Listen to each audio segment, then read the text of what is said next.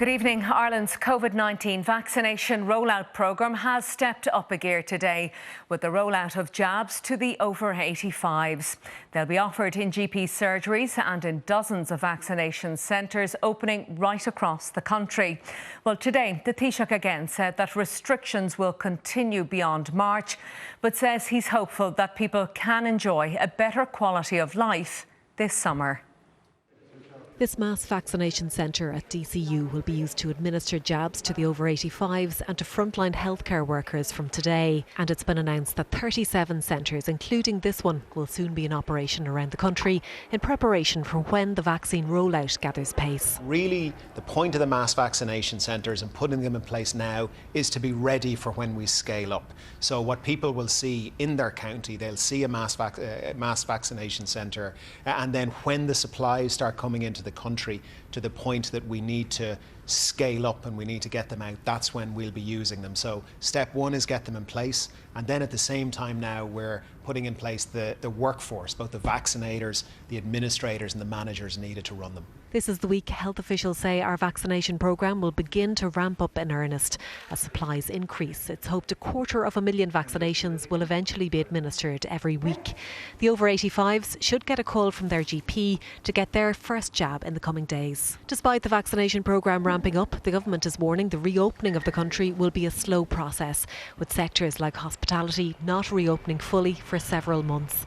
But the Taoiseach did sound a note of optimism today that life will improve by the summer. During the summer, people will be able to meet up outside, and it will be a better quality of life by the summer.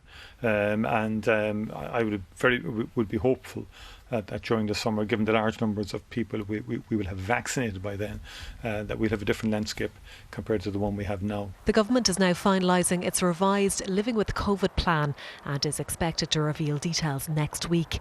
But the plan is unlikely to contain any firm dates, with the reopening of the country dependent on case numbers and hospitalisations over the coming months.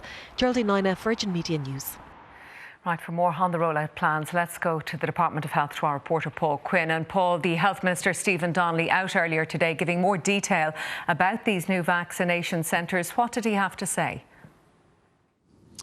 Yes, Claire. Well, Stephen Donnelly today pointing out that tomorrow it'll be 50 days since Dublin grandmother Annie Lynch became the first person here in Ireland to receive the COVID-19 vaccination. Of course, this week sees the rollout to those aged 85 and older, and the latest figures we have show that currently 265,237 doses of the vaccine have now been administered. Almost 90,000 people have been fully vaccinated, representing about 1.8% of the population.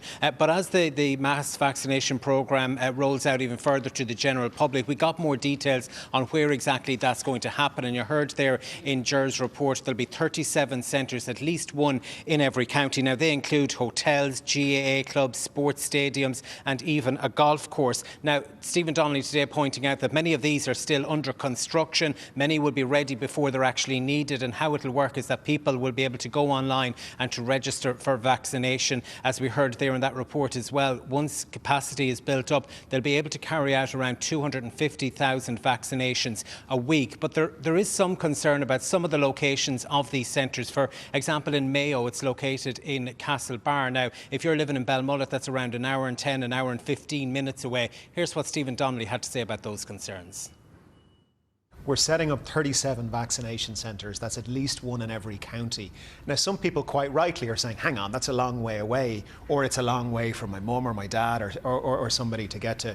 Remember that we're doing vaccinations in these 3 vaccination centres and in GP practices and in pharmacies, quite possibly in dentists as well. So by no means are these 37 centres and the 3 GP hubs the only place where people will be vaccinated. They're just the big centres where we'll be able to vaccinate a lot of people at pace. Now, of course, the situation in hospitals across the country is also continuing to improve. Currently, there are now 916 patients with confirmed COVID-19 in hospitals, while there are 157 in the intensive care units. We are standing by for today's figures and we'll bring them to you as soon as we get them, Colette. All right, Paul, thank you very much for that update. Well, only a limited number of GP practices are taking delivery of COVID-19 vaccines this week. The rollout of the vaccine to over 85s in the community will take take a number of weeks to complete. Our Midwestern reporter Eric Clark has been speaking to one GP in Shannon today. No vaccines just yet for the 48 patients over 85 who attend this GP surgery in County Clare. We had a lot of calls last week and the week before, and people expected that every GP in the country was going to get vaccinations this week. But actually, it's only a small minority of the couple of thousand practices. Those with very large numbers of over 85-year-old patients are getting the vaccine this week. The rest of us will be getting it next week and the week after. But as soon as we have it, we will start giving out doses to patients. Initially, around 12,000 doses of the Pfizer-BioNTech vaccine are being distributed to 84 GP practices in 20 counties. It will be Friday of next week before vaccines are available at the Shannon Medical Centre. We're looking at working 6-7 day weeks for months, with vaccines being delivered on a Thursday and Friday. If it's the Pfizer vaccine, that's a big ask, particularly of staff. Many of our nursing staff have only had one dose. A lot of our administration staff haven't had any doses at all yet. So they're really putting themselves on the front line and at risk to do this for patients. In the Midwest, 3 hotels have been confirmed as locations for COVID-19 vaccination centres. Tracy's West County in Ennis, the Radisson Hotel in Limerick and the Abbey Court Hotel in Neenah. It's not yet known when these centres will become operational. Opening of the vaccination centres is dependent on the successful completion of a process to recruit staff, as well as the availability of COVID-19 vaccines. As vaccine supplies increase in the coming months, the centres are expected to begin operating to full capacity, administering vaccines to the general population. Eric Clark, Virgin Media News. Well, talks between the Association of Secondary Teachers and education officials on the Leaving Cert have been taking place today. Let's go live now to our reporter Aisling Kushtel, who's at Government Buildings for us this evening. So, Aisling, are we expecting a decision from today's talks to be brought before Cabinet tomorrow, and a decision too then on the wider reopening of schools from Cabinet tomorrow? Yeah, well, Colette, there's no white smoke from these talks yet today. Those talks ongoing since first thing this morning.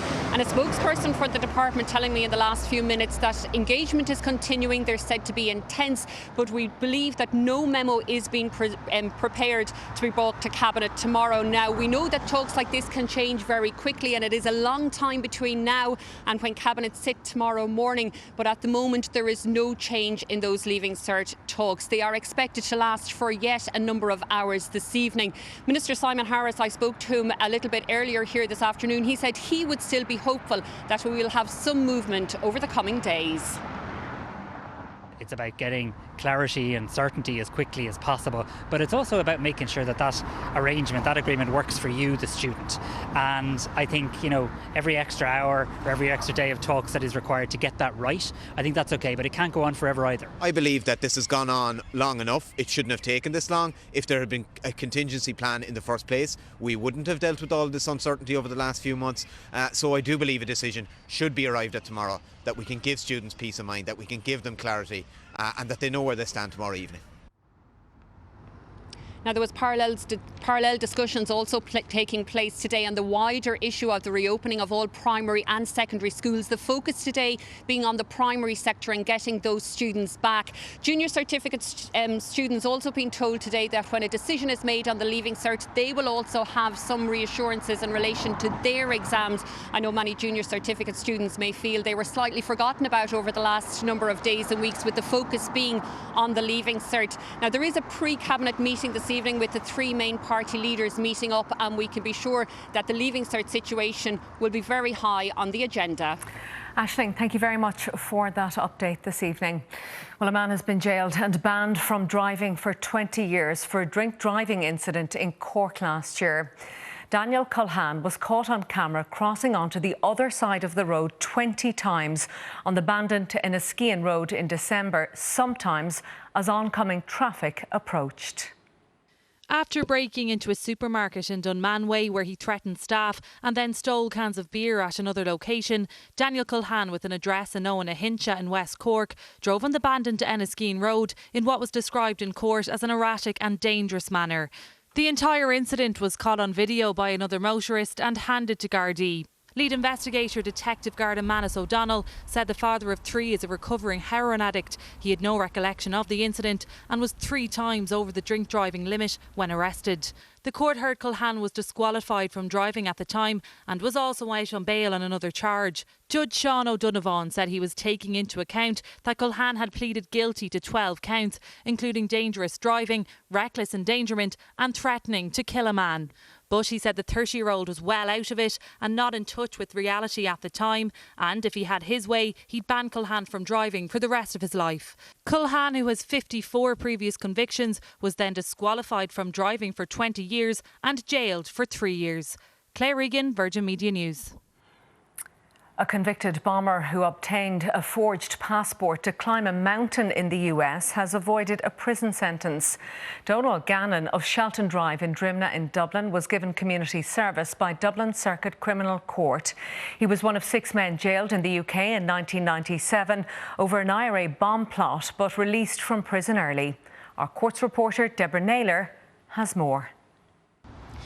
58-year-old Donald Gannon was convicted by London's Old Bailey Court in 1997 for the offence of conspiracy to cause explosions, and he was given a 35-year jail term but was released in 2000 under the Good Friday Agreement, and the court heard how he is a supporter of the peace process. In relation to this offence, the court heard how he falsely obtained a passport because he said that he wanted to climb a mountain in Alaska, but he didn't believe that he would be permitted entry to the US under his own name because of his criminal record. The court heard previously how Gardaí did not find this explanation plausible. The accused, with an address at Shelton Drive in Drimnagh in Dublin, seen here leaving Dublin Circuit Criminal Court today with his head and face covered, pleaded guilty to providing information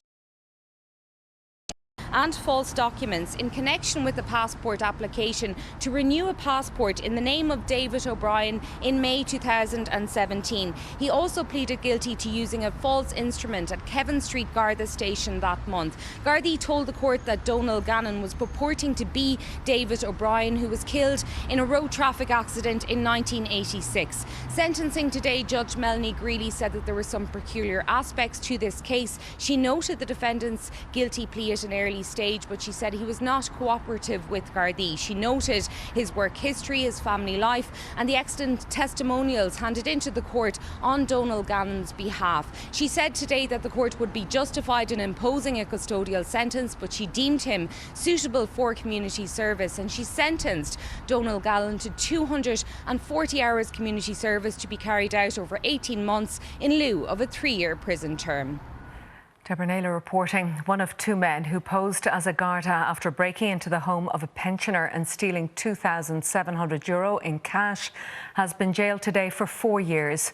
Cork Circuit Criminal Court heard Christopher Jones and Anthony Horgan, who were both drug addicts and homeless, carried out a series of break-ins in Cork last year. All the houses were occupied at the time. Within 12 hours of stealing €2,700 during one of the break-ins, Christopher Jones managed to hand over most of the money to a third party for safekeeping, and he also blew some of it on crack cocaine. The court also heard how Christopher Jones and his co-accused, Anthony Horgan, entered the house in the early hours of the morning carrying torches. And when the 83-year-old homeowner woke to find the 2 men at the end of her bed, they said they were Gardaí and were looking for intruders because they had found the front door of the house wide open. The court was told they asked the pensioner where she kept her money, and shortly afterwards got away with €2,700, including €200 the woman had put aside for her grandson's confirmation. The following day, detectives gathered CCTV footage from various locations. Jones, aged 27, and Horgan, aged 44, were both arrested and charged in relation to a string of burglaries as well as impersonating Gardaí. The 2 pleaded guilty to all charges in what was described in court as a planned and premeditated crime spree carried out at a number of houses in Cork in April of last year. In evidence, victims said they're fearful following the break-ins. One homeowner has since sold up and moved elsewhere. In another house, a 15-month-old baby was asleep when the 2 broke in. The sentencing of Anthony Horgan was deferred to a later date. In the case of Christopher Jones, however, whom the court heard has 84 previous convictions and was jailed on 17 previous occasions, Judge Sean O'Donovan said he accepted that Jones has had a chaotic life. But the houses broken into, he said, were targeted and occupied at the time. He then jailed Christopher Jones to 4 years in prison. Paul Byrne, Virgin Media News, Cork. Now, coming up next on the news at 5:30, a new campaign is launched to highlight the growing problem of cyber harassment during the pandemic. And in sport, Jurgen Klopp vows to fight on to end Liverpool's poor form.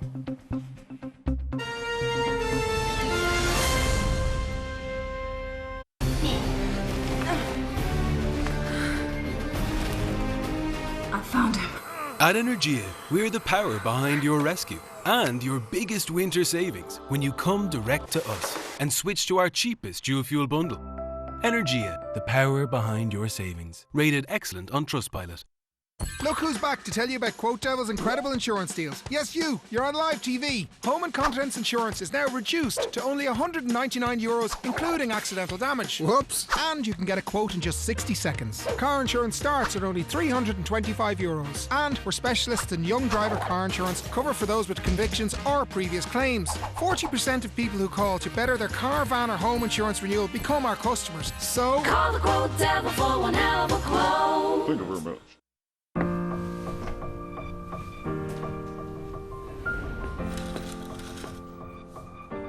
We had to go to Swift Care, but we got seen to really quickly, so that was great. The doctor was really friendly, and I liked her. Being at home, I think it helps you get better faster. I had a video call with the doctor through the app, and it was really handy. Our members are accessing a range of healthcare services every day. VHI Healthcare. When you need us, we're there. Ah, I know what you're thinking. Another ad selling the dream of self-improvement. It looks so easy. Yeah, right. We know it's not all sunshine and six-packs. So why not choose an easier goal to accomplish? Like stock investing on eToro. Simply choose a stock, set an amount and hit trade. And because buying stocks is commission-free, you get to keep everything.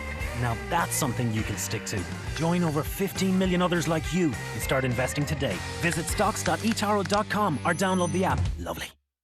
The Sports Direct running sale is now on. Save up to 70% on Asics, Adidas and New Balance running shoes. Shop online today at sportsdirect.com while stocks last.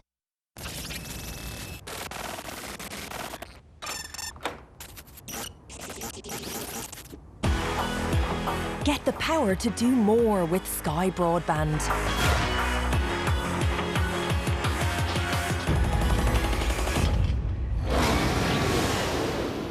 Experience Sky's best ever Wi-Fi with lightning fast speeds, rolling out to 1 million homes.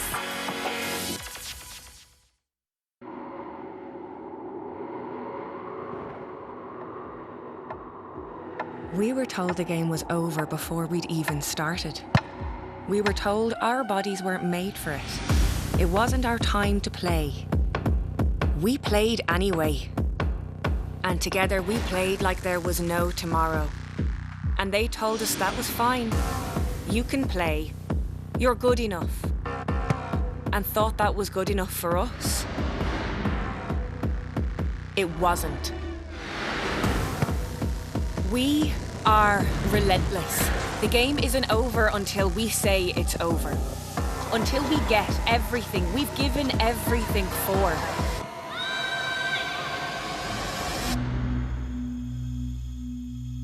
Until we level the playing field. Help to level the playing field with Lidl Plus and raise up to €20,000 for your local club. Right, lads. Well, Skipper, how's it going? Well, what? The hairdo? What about it? Well, it's more of a hair don't. It's always worth trying something new, like our great range of fish. Donegal Catch. We're all about the fish.